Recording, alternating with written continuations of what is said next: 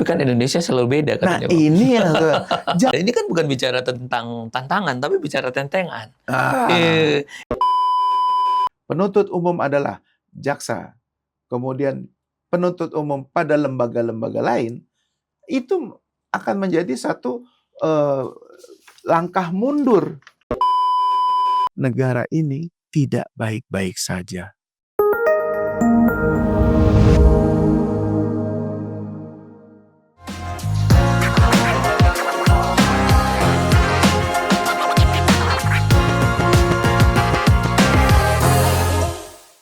Salam sehat, tetap semangat. Selamat datang di podcast perdana Jangan Menyerah. Hari ini kita kedatangan tamu yang luar biasa dari Kampus Reformasi, Bung Asmi. Selamat datang di JM Podcast Jangan Menyerah. Terima kasih, Abang. Kita bincang-bincang nih sesuai dengan situasinya, bagaimana rame-ramenya masyarakat, mahasiswa memberikan reaksi atas hadirnya Undang-Undang TNI. Nah, kita melihat di mana-mana banyak unjuk rasa, padahal mungkin kita melihat mereka belum membaca secara utuh isi dari Undang-Undang TNI yang baru saja disahkan. Nah, bagaimana nih kita bercerita, bahkan mungkin berkait erat dengan proses penegakan hukum di negeri tercinta. Perbincangan kita pada siang hari ini adalah dalam konteks membahas dampak dari Undang-Undang TNI terhadap perubahan sistem peradilan pidana kita. Ini kita bincang-bincang nih. Oke, Bang. Kita melihat nih, apalagi Trisakti itu selalu ramai dengan gerakan-gerakan mahasiswanya. Nah, kemarin kita lihat nih rame-rame Undang-Undang TNI disahkan. Ada gerakan masyarakat menolak. Kalau saya melihatnya nih sebenarnya mereka mungkin belum membaca kali ya.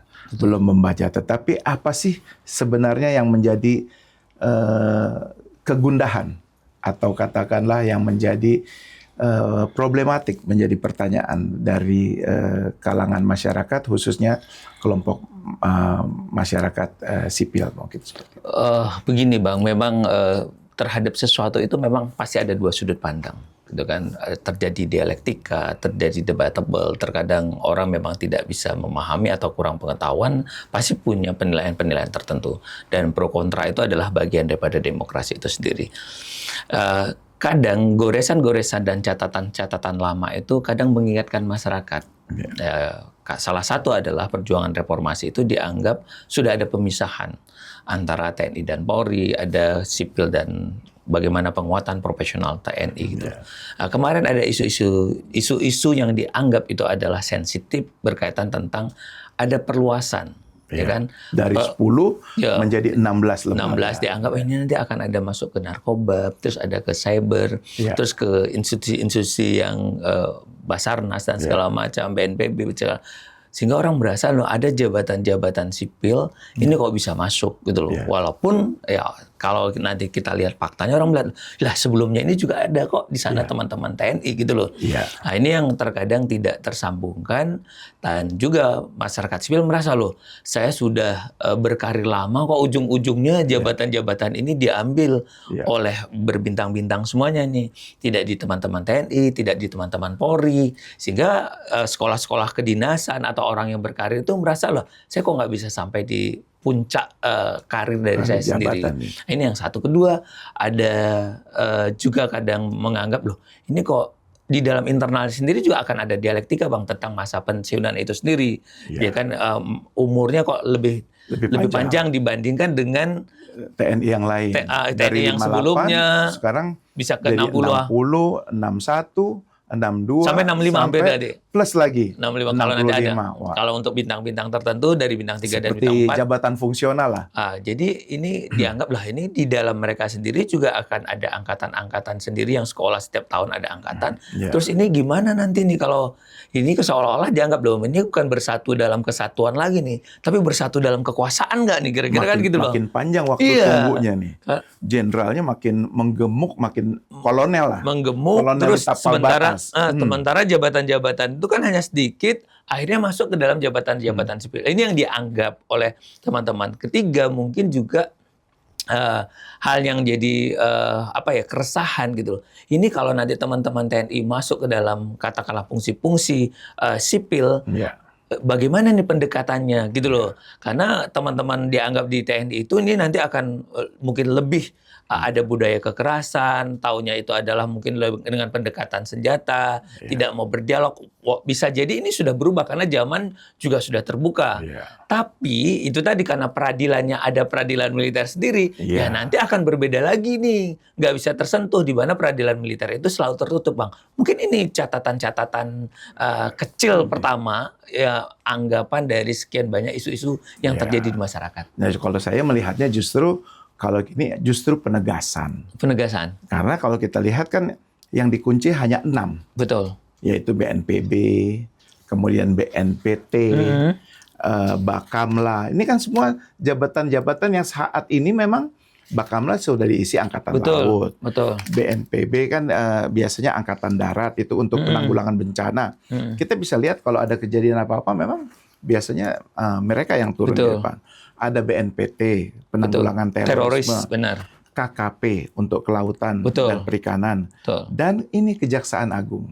Nah, kalau Kejaksaan Agung kebetulan kan saya Jaksa Agung Muda 2017-2020. Saya melihat ini sebenarnya justru penegasan, karena kalau kita lihat bahwa Undang-Undang Peradilan Militer, Undang-Undang 31 tahun 97 itu justru menegaskan bahwa Jaksa Agung adalah penuntut umum tertinggi. Nah, jadi di bawahnya ada Auditor Jenderal. Jadi ketika melakukan, ada juga yang sifatnya koneksitas. Nah, ini artinya kita melihat bahwa ini adalah pintu masuk yang sebenarnya selama ini dark number. Banyak mungkin perkara-perkara militer, sipil yang berkaitan tidak terselesaikan. Nah, ini adalah juga kita lihat ada Undang-Undang Kejaksaan. Undang-Undang nomor 11 tahun 2021 membentuk jabatan baru, yaitu Jaksa Agung Muda Pidana Militer. Nah, kalau kita lihat, ini justru sebenarnya penegasan bagaimana membentuk single prosecution system. Jadi kalau kita lihat bahwa ini sebenarnya azas yang kalau untuk kejaksaan, ini penegasan bahwa seharusnya Jaksa Agung itu hanya adalah Jaksa Agung yang menjadi penuntut umum tertinggi. Jadi baik peradilan militer maupun peradilan sipil, Jaksa Agungnya satu. Ini saya lihat justru penguatan terhadap fungsi kejaksaan. Kita lihat ada satu lagi lembaga yang memiliki fungsi penuntutan, yaitu KPK. Nah, orang sering lupa bahwa dalam KPK itu jaksanya adalah Jaksa Kejaksaan Agung. Jadi seolah-olah ada Jaksa Kejaksaan Agung, ada Jaksa KPK, tapi isinya kan sama. Nah, ini yang harus diluruskan dalam konteks ke depan. Saya lihat ini kan momennya ada rancangan undang-undang perubahan hukum acara pidana. Nah, inilah barangkali pintu masuk dalam rangka meluruskan pembentukan konsep hukum acara pidana kita. Jadi kita tidak boleh lagi bercerita penyidikan untuk penyidikan, penuntutan, tetapi bercerita sebagai satu kesatuan integrated criminal justice system.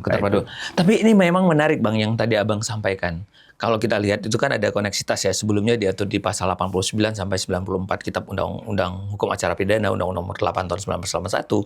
Terus kalau kita rujuk nanti ke dalam katakanlah rancangan KUHP, hari ini kan diatur di pasal 161. Sorry, saya harus lihat dulu sampai 165, Bang. Ini kan jadi pertanyaan kalau tadi Abang mau bilang, oke nih di sini memang diatur ada kejaksaan, malah lebih detail sebelum di Undang-Undang Nomor 8 tahun 81 gitu loh.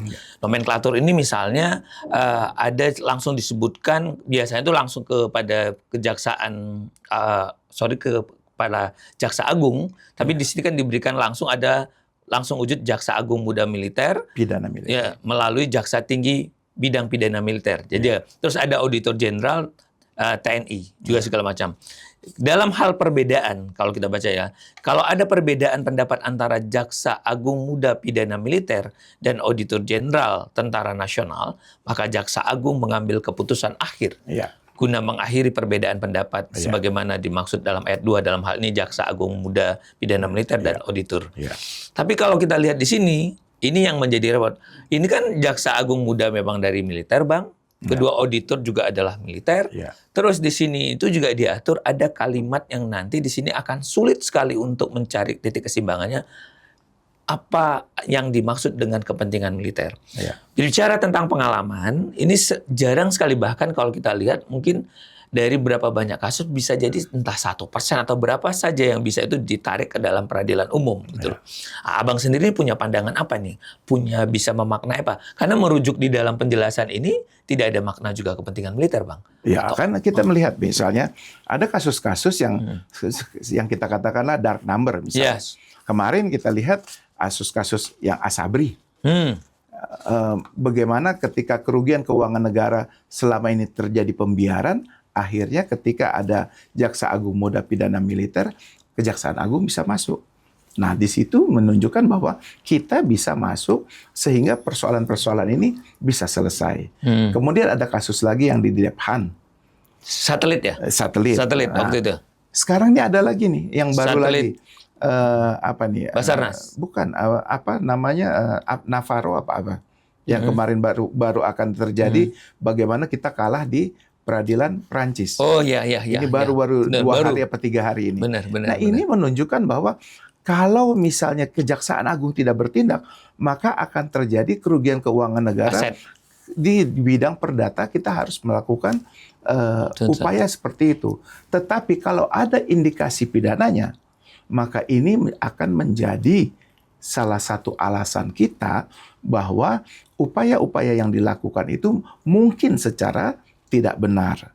Sehingga ada upaya hukum kita untuk menyatakan bahwa ini proses perjanjian-perjanjian yang dilakukan atau perikatan-perikatan perdata yang dilakukan tidak secara benar, sehingga bisa terjadi upaya kita untuk melakukan pembatalan terhadap upaya pembayaran atau tuntutan ganti rugi yang dilakukan oleh pihak Navarro itu. Nah, inilah arti penting manfaatnya bagaimana peradilan militer itu bisa berada pada satu tangan, yaitu pada Jaksa Agung sebagai penuntut umum tertinggi. Nah, ini yang sedang menurut saya mari kita perjuangkan dalam konteks revisi Undang-Undang KUHP. Ayo kita melihat jangan lagi terjadi kesempatan sepotong-sepotong. Kan kita lihat nih, teman-teman lihat, penyidikan adalah untuk ada penuntut utama, ada loh. Ini nggak bisa seperti itu. Nah, saya melihat ini integrasi ya, Bang. Ini harusnya keterpaduan. Integrasi. Penyidikan bukan untuk penyidikan, tetapi penyidikan untuk kepentingan pembuktian di tahap persidangan. Jadi tidak bisa kita bilang, kan kita bisa lihat tugas kami sebagai penyidik sudah selesai.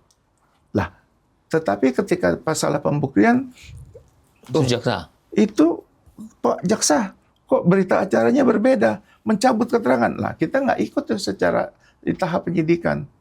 Nah, ini komunikasi-komunikasi semacam ini yang seharusnya sejak awal ada keterlibatan jaksa di tingkat penyidikan seperti itu.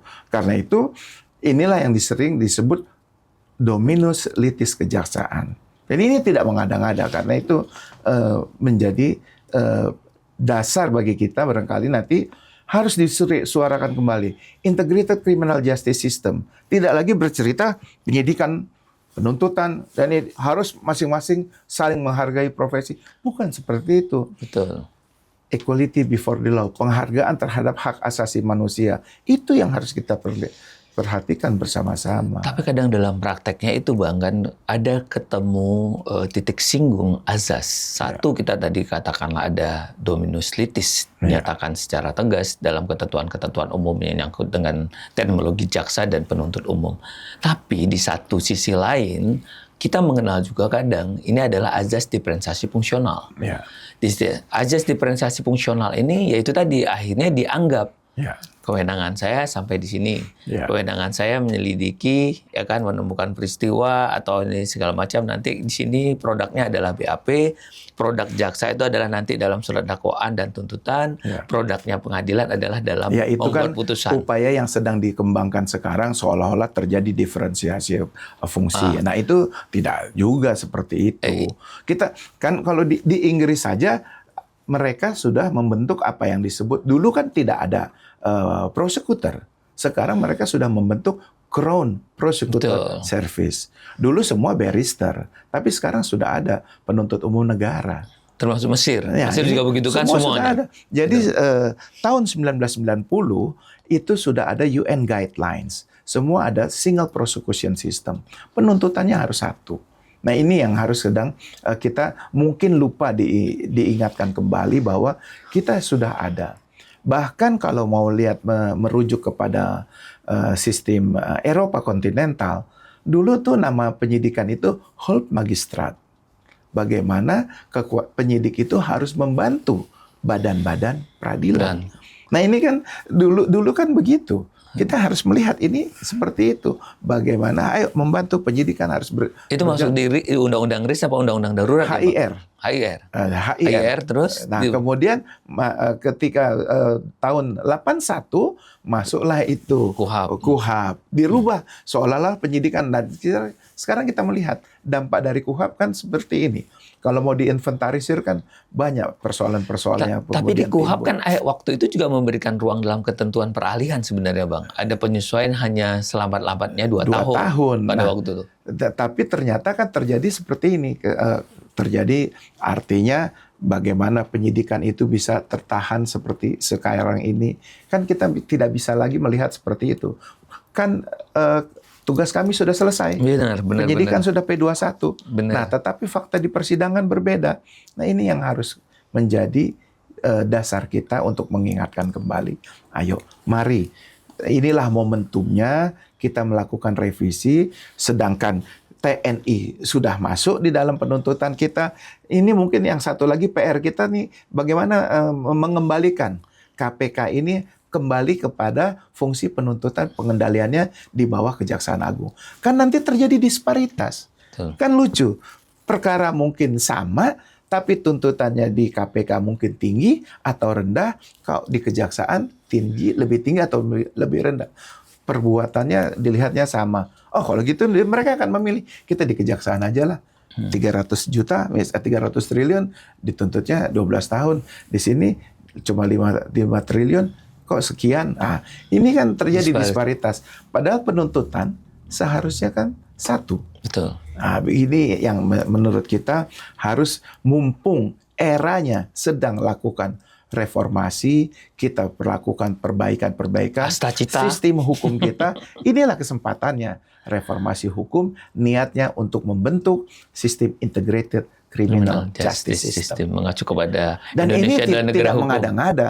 Saya kebetulan melakukan penelitian. 153 negara mengatur kejaksaan dalam konstitusinya. Tapi kan Indonesia selalu beda katanya. Nah, ini yang jangan kita menjadi masa Timor Leste negara yang baru mengatur jaksa agung penuntut umum tertinggi Singapura. Nah, kita kata teman-teman yang sudah nyaman dengan zona nyaman. Kan kewenangan itu katanya ada gini Bang anekdotnya gitu loh. Nah, ini kan bukan bicara tentang tantangan tapi bicara tentengan. Ini kan bukan bicara PR tapi bicara RP. Ini kan bukan bicara air mata tapi mata air katanya gitu Bang. Kita harus berharap. Gitu loh. Kita harus berharap ke pemerintahan yang baru, pemerintahan Prabowo ini bisa menginstruksikan parlemen yang baru, bisa membawa suara rakyat. Perubahan yang diharapkan adalah untuk membangun Indonesia sebagai negara hukum. Cakep. Itu yang harus kita lakukan. Itu cakep, tapi kan akhirnya wajah penegakan hukum itu kan ada pada wajah masyarakat. Wajah masyarakat. Betul. Ruang publik kita bagaimana? Saya ingin menarik Bang satu peristiwa konkret gitu loh. Suatu kasus ini yang terjadi Abang bilang tadi ya, bagaimana tidak integrasinya. Kasus Pina Cirebon. Betul nggak? Betul. Bagaimana BAP itu babak belur dan salah berubah semua, orang yang salah dalam DPO yang tiba-tiba dicabut dan segala macam. Itu contoh. Betul. Tapi itu satu. Tapi satu sisi teman kita juga menyatakan gini, dalam kasus guru yang terjadi pemukulan pada waktu itu Bang. Itu juga sudah ada petunjuk dari kejaksaan dan akhirnya dinyatakan P21. Tapi oleh jaksa juga dituntut pada waktu itu adalah bebas. Itu juga menyakiti teman-teman dianggap apa namanya? Loh, kami sudah mengikuti kok petunjuknya P18, P19 sampai P21. Loh, tapi kok nyatakan begitu viral, begitu ada sorotan pada no viral, no justice. No viral, no justice lah kira-kira gitu. Dan masyarakat bilang, sehingga ini yang mana sih gitu loh Bang. Satu lagi nih menarik Bang gitu loh. Pada waktu teman-teman Polda katakanlah hari ini menetapkan ex mantan ketua KPK, itu udah tersangka Bang. Tapi sama kejaksaan juga itu tidak diproses lebih lanjut. Ada orang mengenalnya ini jangan-jangan P19 mati. Kan petunjuk yang tidak bisa. Ini gimana ya Bang untuk dalam rangka formulasi kita hukum acara pidana kita ke depan Bang? Ya artinya kan kita bilang bicara tentang penuntutan. Sebenarnya kewenangan penuntutan itu ada pada Jaksa Agung. Nah, itu harus dicatat. Sekali lagi, penuntut umum tertinggi adalah Jaksa Agung. Jadi ketika jaksa menuntut di wilayah, ataupun dikejari, itu adalah pendelegasian wewenang. Jadi walaupun apapun yang sudah terjadi, ketika ada perintah, ada instruksi, menuntut ataupun tidak menuntut, apapun hasilnya, itu adalah instruksi satu komando. Makanya saya katakan seharusnya tidak terjadi disparitas. Nah makanya kalau terjadi lembaga penuntutannya bisa dibagi, ada di sini, ada di sini, ada di sini, maka itu akan terjadi disparitas. Makanya inilah momentumnya, kembalikan sehingga penegakan hukum ini betul-betul jadi wajahnya integrated of criminal justice system. Betul-betul berkualitas ya Bang. Jadi kan gini Bang, kalau kita lihat akhirnya saya mencoba menyandingkan dalam rancangan Kitab Undang Hukum Acara Pidana Bang. Jadi dalam pasal 26-nya. Jadi kinerja-kinerja penyidik dan penuntut umum itu kan akhirnya tertuang Bang. Saya mau coba dalam rancangan KUHP ini ke depan, jadi dinyatakan begini, dalam hal penyidik telah selesai melakukan penyidikan, penyidik wajib menyerahkan berkas perkara kepada penuntut umum paling lama 1 hari terhitung sejak tanggal selesainya penyidikan. Sudah jelas limit. Biasanya kan tidak diatur nih Bang, ini sudah diatur 1 hari. Dalam hal penuntut umum berpendapat hasil penyidikan sebagaimana dimaksud ayat 1 belum lengkap, penuntut memberi tahu mengenai berkas yang belum lengkap kepada penyidik. Terus di sini ada penuntut umum penyidik melakukan koordinasi dan konsultasi secara intensif paling lama 2 hari. Ini kan akan sulit ya Bang kalau 2 hari kalau belum lengkap. Terus koordinasi dan konsultasi sebagaimana dimaksud dilakukan hanya 1 kali untuk setiap perkara. Nah ini gimana Bang? Ketika kalau dilakukan dengan pola terpisah, nah ini akan terjadi sulit sekali pelaksanaannya. Sulit karena itu harus terintegrasi. Jadi tidak boleh lagi bercerita bahwa saya harus bercerita penyidikan sendiri. Tetapi kalau dia berada dalam satu rumah, dia bisa akan menyatakan bahwa itu. Apalagi kita harus melihat ini jangan bercerita ketika undang-undang ini dibuat. Ini undang-undang di Jakarta. Saya pernah bertugas di wilayah Maluku. Saya pernah bertugas di wilayah Indonesia Timur. Jadi kita bisa membayangkan jaksanya ada di Dobo, Kajatinya ada di Maluku, di Ambon, instruksinya ada di Jakarta. Bayangkan komunikasinya untuk apalagi dalam penanganan perkara itu nggak akan mudah. Nah, persidangannya di mana? Nah, kalau tidak dibangun komunikasi yang baik, nah dia harus berada di dalam satu rumpun. Nah, inilah penyidikan itu harus bisa bercerita sebagai integrated. Jadi kalau dia tidak masih bercerita, saya untuk penyidikan, saya sudah P21 selesai, ini nggak akan terjadi. Nggak akan terjadi. Hanya di atas kertas. Terus Bang, ini apa yang dimaksud nih koordinasi? Karena kan selama ini kan ada koordinasi. Seharusnya kan kok seolah-olah koordinasinya sebatas formal aja. Semestinya koordinasi yang dimaksud di sini seperti apa? Karena tidak ada juga dalam penjelasan di sini. Nah, seharusnya ketika tindakan hukum pertama itu dilakukan, itulah sudah dibangun. Kan ada yang namanya SPDP. Surat pemberitahuan dimulai. Nah, disitulah jaksa menunjuk jaksa P16A. Nah, disitulah mereka sudah mulai membangun komunikasi.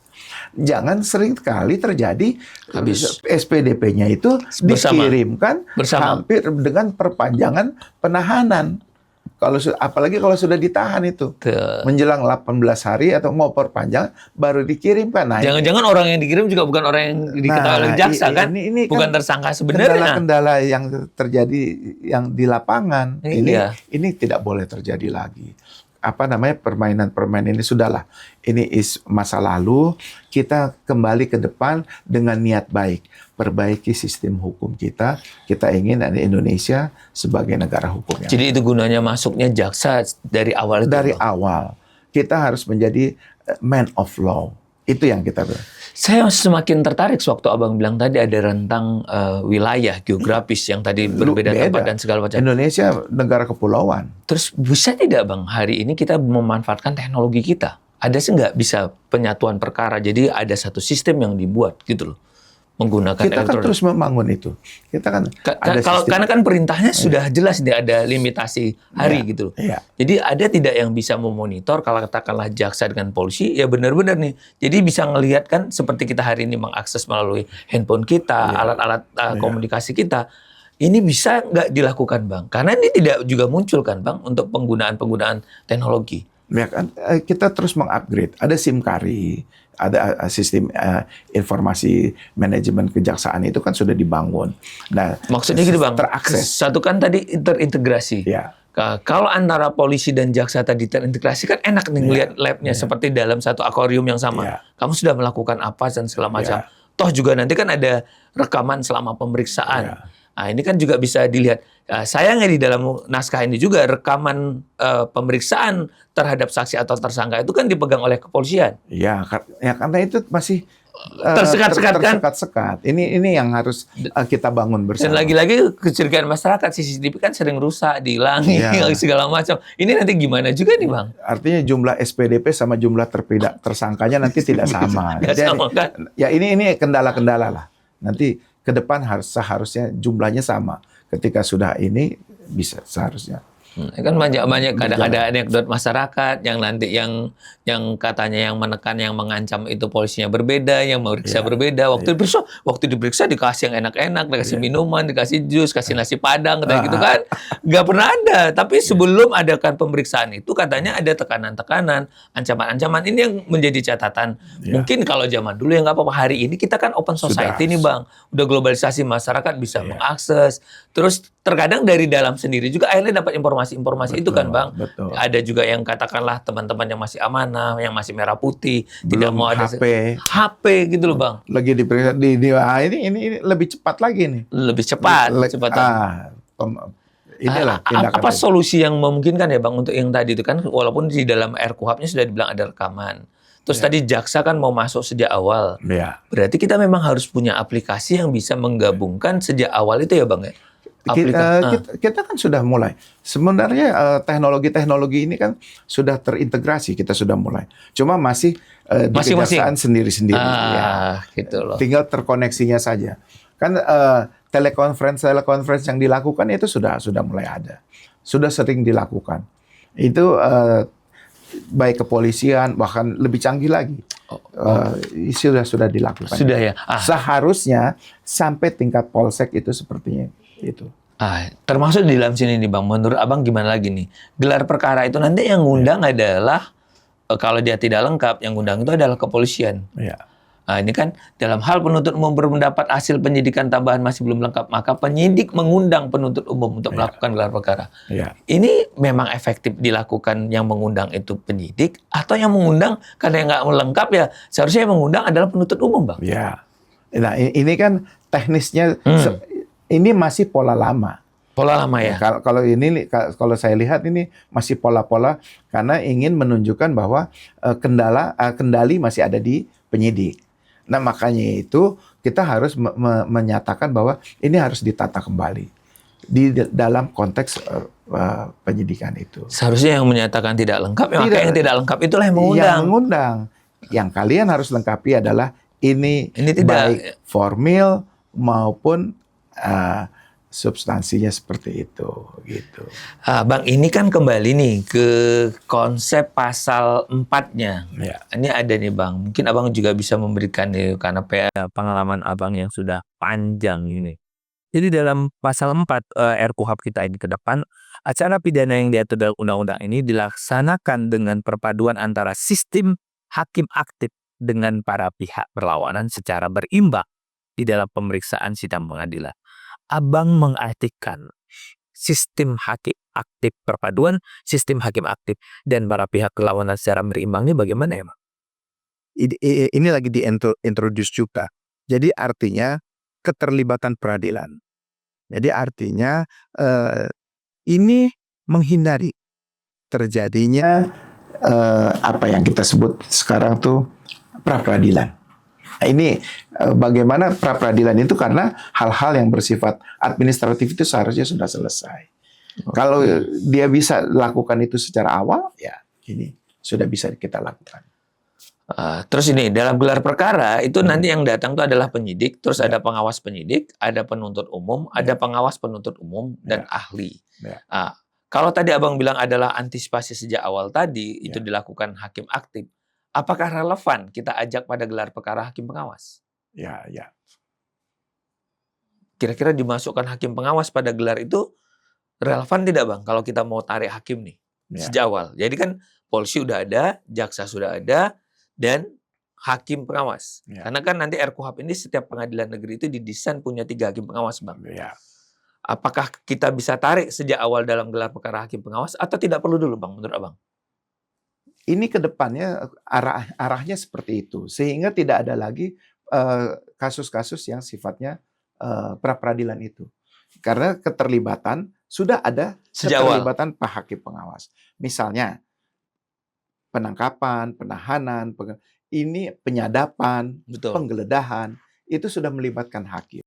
Makanya saya pikir ini apakah perlu lagi pengawas penyidik? Kan seharusnya penyidik karena udah dia mengolah bumbu-bumbu dapurnya, dia memang menyelidiki, ya sudah mantap aja kan, nggak usah ada, walaupun memang perlu pengawasan. Memang idealnya ketika KUHP sudah ada, KUHAP, baru kita bahas undang-undang organisasi. Karena kalau nggak kewenangannya nanti tumpang tindih. Betul. Kalau nanti habis RUU TNI masuk RUU Polri, nah sementara nanti di belakang kewenangan ini masuk nggak klik, malah klik jadi di sini. Padahal ini ada satu kesatuan untuk acara pidananya. Tadi kita bercerita soal apa itu tadi pencegahan. Nanti semua berwenang mencegah. Padahal kewenangan pencegahan dulu kewenangan Jaksa Agung. Nah sekarang imigrasi bilang ada permintaan polisi, APH. Nah yang seperti ini kan seharusnya menjadi kewenangan-kewenangan yang satu tangan itu. Saya melihat ini adalah kita harus duduk bersama karena ini kewenangan-kewenangan yang diatur di dalam sistem peradilan pidana kita. Sebenarnya wajahnya kan seharusnya tertuang di dalam wajah penegakan hukum pidana ada pada KUHP dan KUHAP-nya, Bang. Dia seperti dua rel yang tidak bisa dilepaskan kan antara material dan formilnya. Tapi belakangan kita lihat kayaknya berbagai institusi membenahi undang-undangnya dulu. Betul, karena udah maju, waduh. Polri kepengen maju, RUU TNI juga maju, kejaksaan juga maju. Terus lautannya atau kemasan lahannya tadi objeknya sama. Menyesuaikan nanti belok-belok loh. Belok. Kok kewenangan saya ada di situ? Ini kan tumpang tindih jadinya. Tidak lagi diduduk bersama mengatur dulu seperti ini. Makin lama regulasinya bukan kita atur untuk keselarasan, tidak lagi integrasi, tapi jadi liar. Tapi sudah menarik sih, Bang, memang bicara tentang RKUHP ini. Makanya lagi-lagi kan saya dalam pandangan akademis saja, Bang. Ya, betul. Saya menganggap bahwa RKUHP ini harus kita pandang sebagai negarawan, Bang.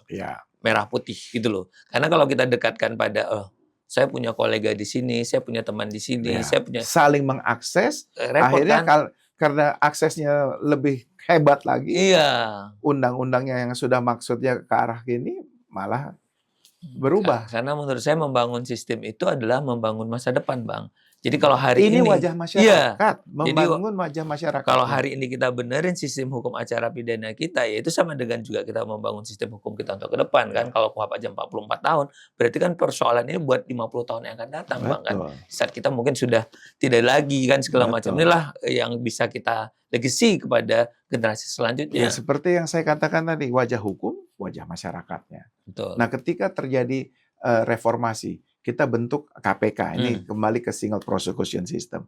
Dulu katanya ketika kejaksaan tidak mampu, ketika kepolisian tidak mampu. Nah, pada waktu itu harusnya dilihat kejaksaan dan kepolisian bagian dari sistem politik saat itu. Kalau ada kasus korupsi, mau dilakukan penyidikan oleh kepala kejaksaan negeri atau kepala kejaksaan tinggi terhadap kepala daerah, yang diganti bukan kepala daerahnya, Kajari ataupun Kapolresnya. Betul. Nah, karena dia sama. Bagian subkoordinasi dari kekuasaan. Nah, apakah setelah reformasi kondisinya masih seperti itu? Nah, seharusnya kita evaluasi. Nah, kalau dianggapnya kejaksaannya sudah lebih baik, seharusnya dikembalikan seperti itu. Makanya saya tetap ingin memulihkan single prosecution system ini sebagai wujud kewenangan mutlak dari Kejaksaan Agung. Jaksa Agung sebagai penuntut umum tertinggi harus kita pulihkan. Jadi pendelegasian seperti di RUU KUHP ada bahasan penuntut umum adalah jaksa, kemudian penuntut umum pada lembaga-lembaga lain, itu akan menjadi satu langkah mundur dari KUHP itu sendiri. Karena dulu tidak diatur seperti itu. Kok malah sekarang menjadi langkah mundur, ingin mengatur kewenangan penuntutan itu. Ini kan yang dulu tidak diatur malah ingin diatur tersendiri. Adanya penuntut umum pada KPK itu kan pendelegasian oleh Kejaksaan Agung. Nah, ini seharusnya dikembalikan. Jadi ketika nanti lembaga KPK itu ingin dibentuk, bahwa dia penuntutnya kembali kepada kejaksaan. Tidak apa-apa. Kita kuatkan lembaga penyidikan. Kalau bisa, KPK sebagai murni lembaga penyidikan. Karena UNCAC ada prevention, ada enforcement. Betul. Ini kan semua lembaga euforia rebutan masalah enforcement. Penegakannya. Siapa yang bicara masalah prevention? Kan lupa, penegakan hukum itu bukan industri. Kalau industri, makin banyak yang kita hasilkan, dia berhasil. Tetapi penegakan hukum itu seharusnya dilihat bagaimana kita mampu menurunkan angka kejahatan dan meningkatkan kesadaran hukum masyarakat. Setuju itu. Ini masa berlomba, tangkap polisi, tangkap jaksa, tangkap KPK, tangkap. Tapi hasilnya makin banyak yang korupsi. Betul. Ada apa ini? Karena apa? Lupa preventionnya. Lupa di pencegahannya. Betul. UNCAC mengatur itu. Tapi nggak ada yang nyentuh. Coba baca. Kita harus baca konvensi yang kita ratifikasi secara utuh dong. Betul.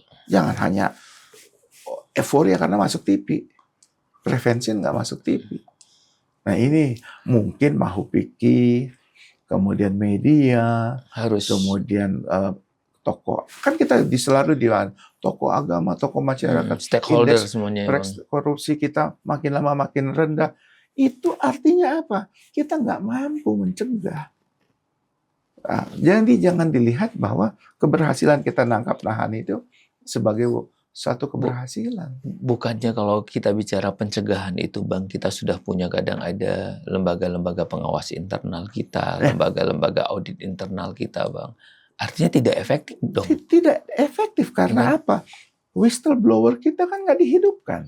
Seharusnya whistleblower kalau dihidupkan, diberikan apresiasi, pelapor-pelapor itu kan ada di dalam regulasi itu penghargaan. Ini kan tidak, pelapor-pelapor pun tidak diapresiasi, malah dimutasi. Nah ini kan mungkin menjadi persoalan. Padahal di KUHP dibilang ya, setiap penyelenggara negara yang tahu ada kejahatan dia memberitahukan, gitu kan? Ini mungkin strategi pemberantasan korupsi kita yang lupa.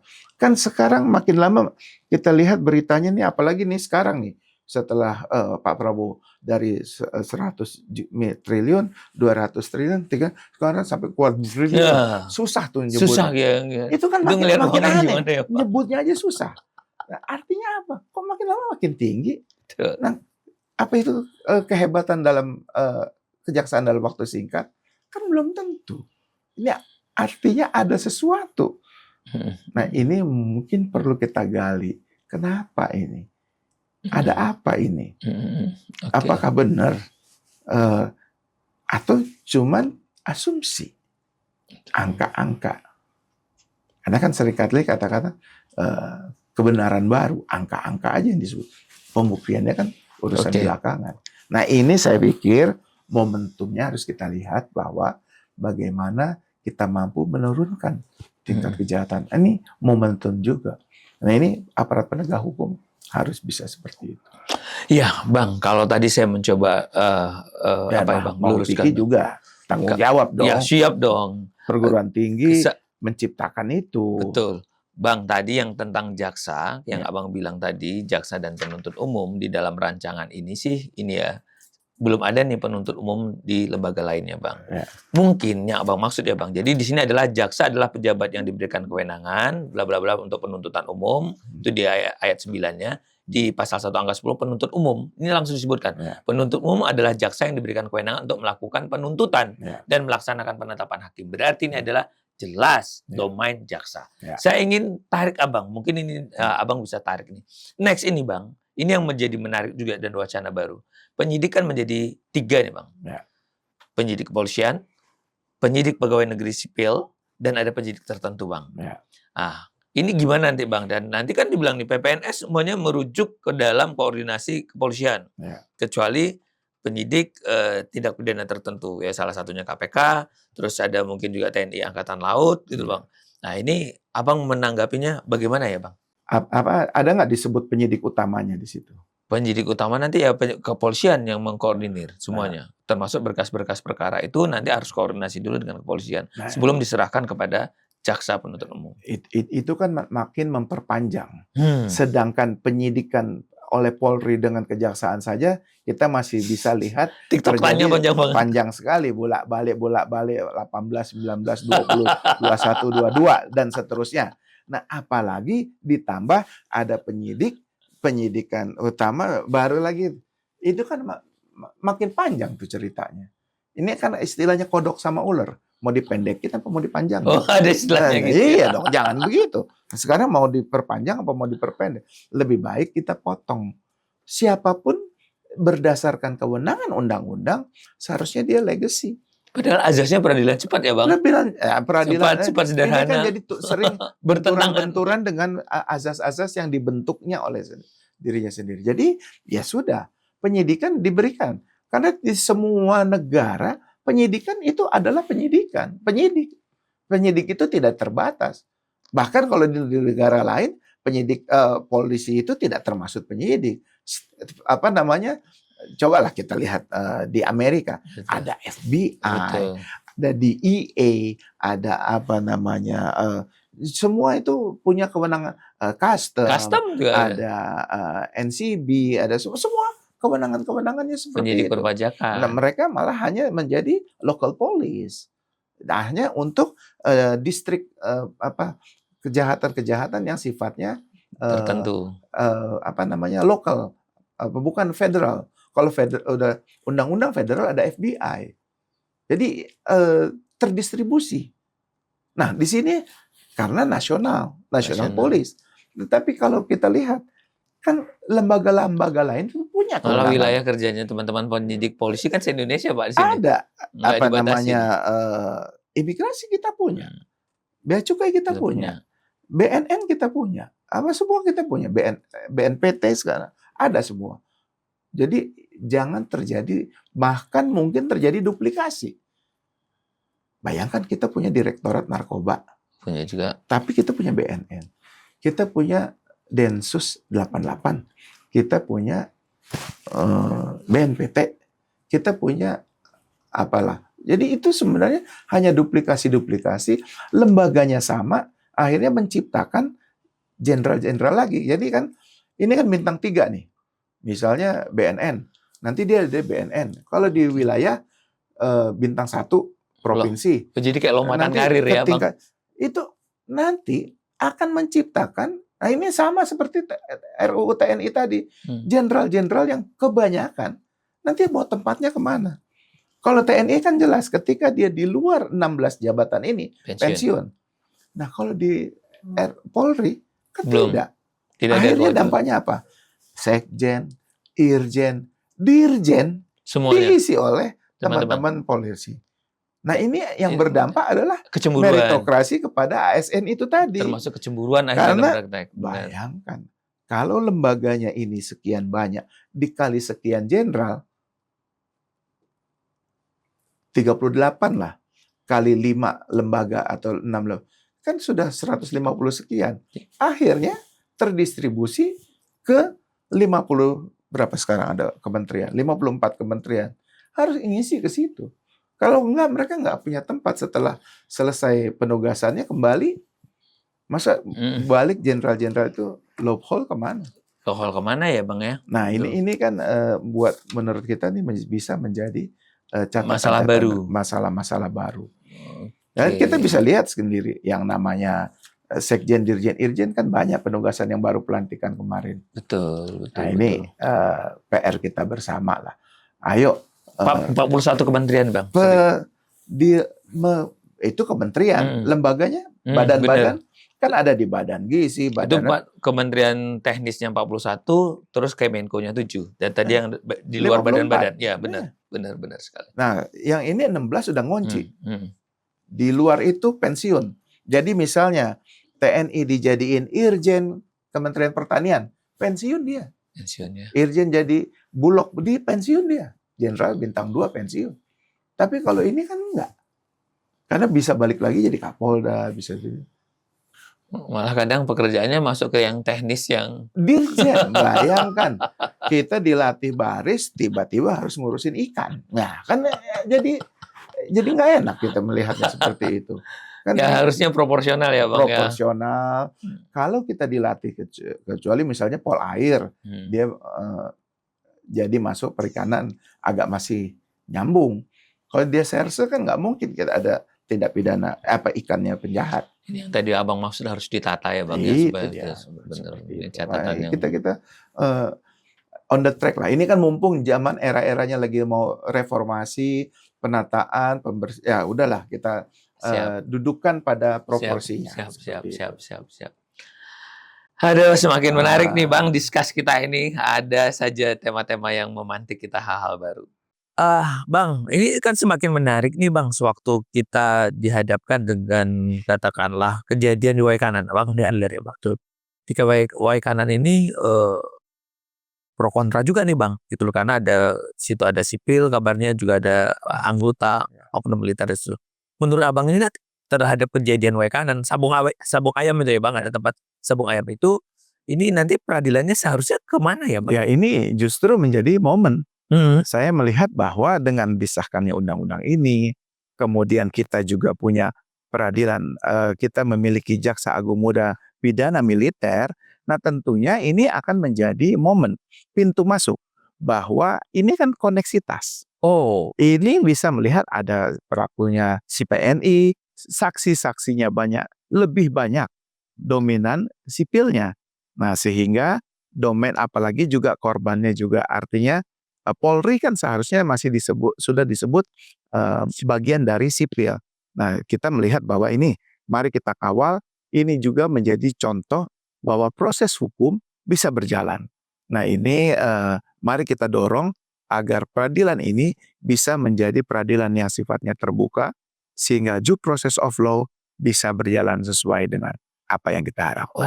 Jadi itu indikatornya batasannya kalau tidak sepanjang bukan karena kepentingan militer atau bukan tindak-tindak pidana yang berkaitan dengan militer, seharusnya dia masuk peradilan umum. Karena baik korbannya umum, saksi-saksinya umum, tidak dilakukan dalam tugas militer.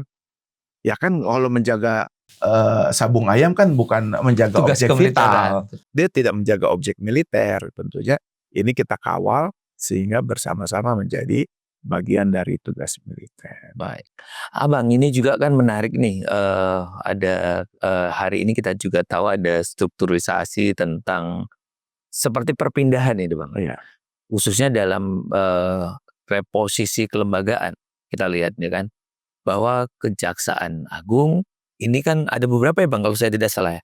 Jaksa Polri, kemudian Komdiji juga, Komdiji, Kemendagri, Kemenlu, Pertahanan, Kepolisian, TNI, ini ada 7 ya, 7 ini lembaga. 7 lembaga ini sekarang masuk ke dalam Kementerian Koordinator Politik dan Keamanan Ya. yang sebelumnya kita punya Kementerian Koordinator Politik Hukum. Ya. Ya, Dulu namanya Menko Polhukam. ya betul. Jadi politik, hukum, dan dan keamanan bisa bersatu. Sekarang Sekarang kan nomenklaturnya beda. Kian pejabatnya juga berbeda ya. Menteri Hukum dan HAM, Menkonya Pak Yusril. Sementara Menko Politik, Menkonya Pak BG. Pak Budi Gunawan. Ya, Di sini terjadi apa ya, artinya saya melihat bahwa memang terjadi seperti komunikasi hukumnya yang terhambat. Nah, kita bisa lihat Apa kendalanya, Bang? Apakah keuntungan? Februari lalu tuh Pak Jaksa Agung sempat tuh menyatakan, waduh, saya tidak dilibatkan dalam pemulangan terpidana mati Mary Jane. Oh. Nah, itu kan berarti sebenarnya kan beliau bisa berkomunikasi kalau dia satu pintu di bawah Menko Hukum seharusnya. Karena apa?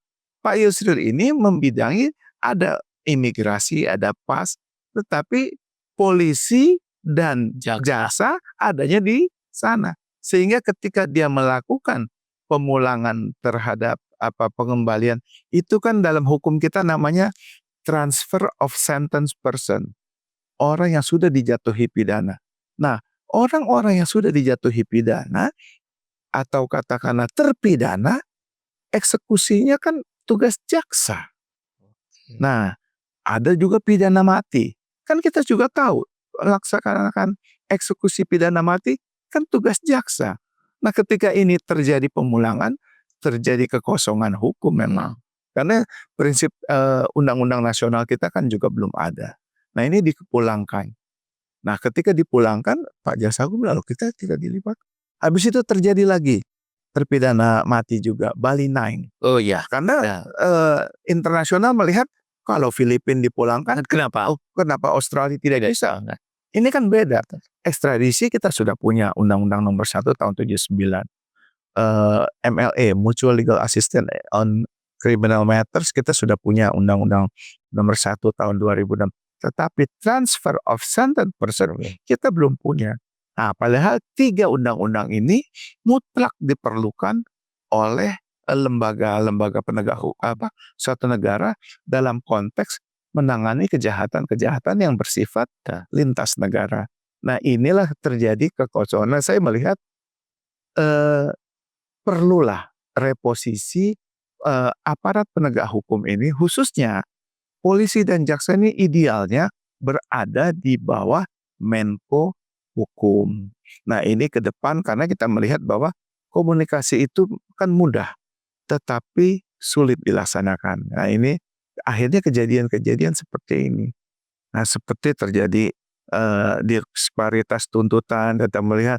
Karena ini artinya kok pendekatannya lebih ke pendekatan politis sifatnya. Seharusnya ini terjadi penegakan hukum. Kan kita bisa melihat, misalnya apa nih, tuntutan apa itu? Yang terakhir deh, timah misalnya. Kasus timah. Kasus timah, 300 triliun katanya kerugian negaranya. Dituntut 12 tahun. Diputus 6 tahun. Tapi orang melihat kenapa kok ragu-ragu, padahal sebelumnya untuk sekedar kerugian misalnya Jiwasraya misalnya 22 triliun dituntutnya hukuman mati. Nah, orang melihat wah, mungkin ada kesengganan. Kenapa? Karena teman-teman di politiknya tuh siapa gitu. Nah, ini kan menimbulkan keraguan-raguan, menimbulkan pertanyaan publik. Nah, kalau beliau adanya di posisi Menko Hukum, mungkin terjadi seperti itu. Nah, ini kita juga ingin, karena di situ kan ada Menko HAM, ada masalah, sehingga ada perlindungan dalam konteks due process of law itu bisa lebih. Kita ingin ke depan proses penegakan hukum lebih berpihak kepada penegakan hukum dan HAM, tidak kepada penegakan politik saja. Oh iya, ini juga tadi kan menarik ya Bang, dalam hukum acara pidana tadi yang berkaitan tentang gelar perkara, terus ada sistem pemeriksaan hakim aktif dan diberikan para pihak berhadapan secara berimbang, Bang. Dalam konteks yang kita lihat dalam gelar perkara itu tadi, apakah menurut Abang hakim pengawas Ya. kan itu Ya dulu istilahnya sempat ada nomenklatur hakim komisaris lah gitu. ya supaya Tapi ya akhirnya di dalam rancangan ini akhirnya ada dibikin ada hakim pengawas. Kalau tadi dia sistem hakim aktif itu menurut Abang apakah pada waktu gelar perkara yang dalam katakanlah dalam rancangan pasal 26 itu hakim pengawas bisa masuk nggak ya, Bang? ya ini justru saya lihat hanya melengkapi saja. Kan seharusnya dia dalam konteks bercerita yang saya katakan tadi integrated criminal justice system. Harusnya ada polisi, ada penyidik ya, bukan hanya polisi. Dalam setiap kasus harusnya penyidik, ada penuntut umum, ada hakim. Nah, integrated criminal justice system di situ harus dibangun. Kalau ingin dibangun sistem hakim pengawas seperti itu, seharusnya sejak tahap awal itu dilibatkan. Jadi tidak seperti hanya masalah gelar perkara saja. Sehingga ini dimaksudkan ke depan tidak terjadi pra-peradilan. Hal-hal yang bersifat tindakan-tindakan hukum, penyitaan, penggeledahan, penangkapan, penahanan, itu dari awal sudah selesai. Jadi masuk ke persidangan sudah bicara masalah substansi saja.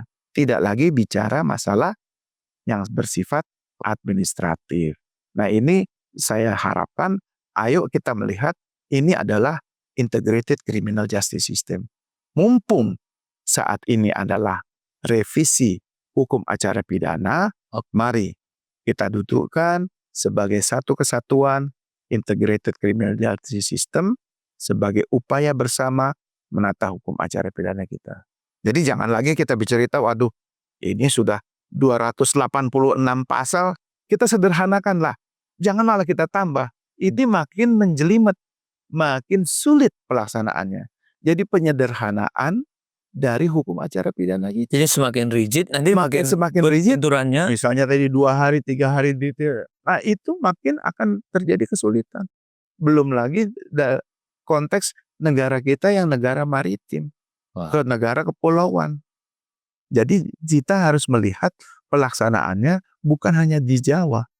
Sedangkan di Jawa saja bisa terjadi banyak kesalahan, apalagi teman-teman kita yang di Indonesia Timur. Ya saya kebetulan selalu mengingatkan, saya pernah bertugas di wilayah-wilayah kepulauan. Jadi mengerti sekali kesulitan komunikasi, teknologi transportasi, komunikasi yang sangat-sangat terbatas. Nah ini yang harus kita lihat spiritnya. Dalam negara kesatuan Republik Indonesia, sistem hukumnya harus terbangun secara integrasi. Tadi kita juga sempat nyenggol tadi Abang cerita tentang pemberantasan korupsi. Betul. Ada KPK yang tidak hanya atau lembaga-lembaga yang lain yang berlomba, berkompetisi dan segala macam. Abang apa yang akhirnya berdampak terhadap korupsi ini yang harus kita pikirkan ke depan juga, Bang? Ya, sekali lagi saya katakan bahwa ini mari kita bersama-sama berpikir tentang strategi pencegahannya. Jangan lagi kita melihat bahwa korupsi itu atau katakanlah penegakan hukum itu industri. Seperti narkoba di display banyaknya uang-uangnya atau katakan sehingga memancing orang untuk berpikiran lain.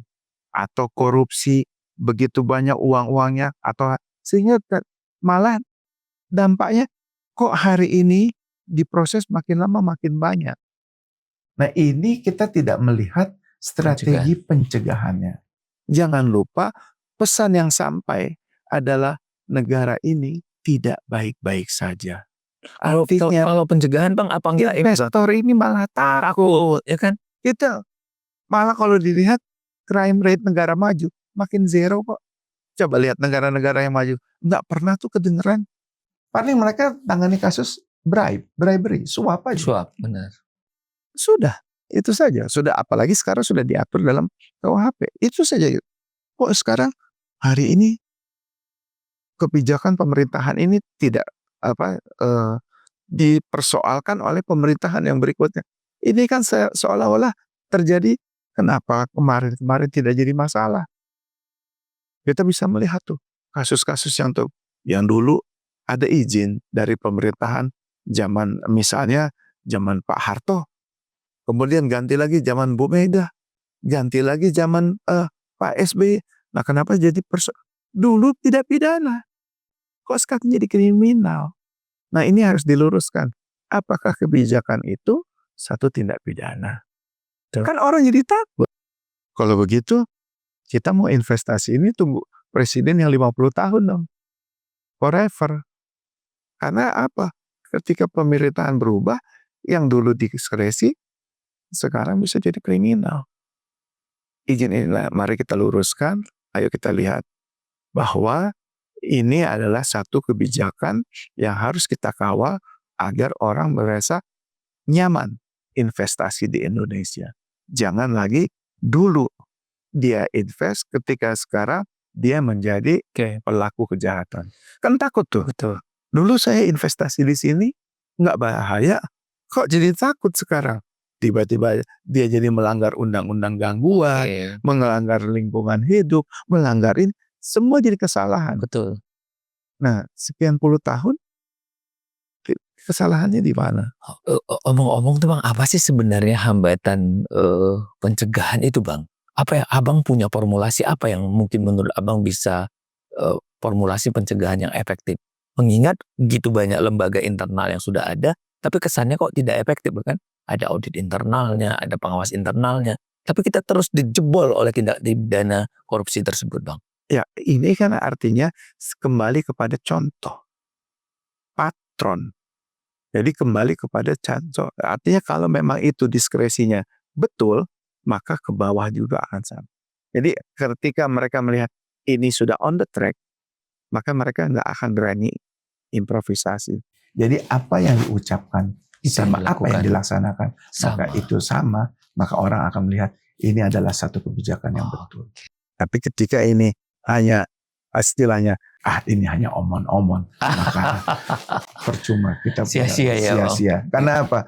Kok ini jadi pidana? Misalnya dibilang, wah ini kejahatan, atau wah hanya seperti itu. Endingnya beda. Kemarin dia udah rame, misalnya apalah pagar laut yang kena kepala desa. Kan sakit orang melihatnya. Kayak bumper gitu ya Bang ya. Kayak apa? Ya banyak lah kasus harus terus apalah. Nanti kita lihat apa misalnya kasus ini belum dibuka aja, ada satu-satu. Nanti ada kurang juga. Terus terpidananya kok cuman apa ya? Apa iya? Kalau misalnya kasus-kasus ini di rumahnya aja cuma segitu. Kewenangannya juga tidak sampai di situ. Segitu. Kok bisa bawa uang kuadriliun lah? Kata. Ya, make sense lah. Orang akan bertanya, apa iya seorang yang cuma seperti itu dia bisa membawa seperti ini? Jangan dia hanya menjadi istilahnya, yaitu tadi. Karena posisinya perlu deh. Kejaksaan harus kembali menjadi aparat penegak hukum. Jangan lagi menjadi instrumen untuk alat-alat politik. Benar-benar dari awal sudah masuk ya Bang. Catatan dari kita. Penutup Abang apa kira-kira ini? Mungkin yang harus dipahami adalah penegakan hukum bukan industri yang keberhasilannya dicatat dengan angka-angka, tetapi keberhasilan hukum harus kita lihat dari menurunnya kejahatan dan meningkatnya kesadaran hukum masyarakat. Terima kasih. Sama-sama, datang Bang. Di ruang JM. Jangan menyerah. Mantap.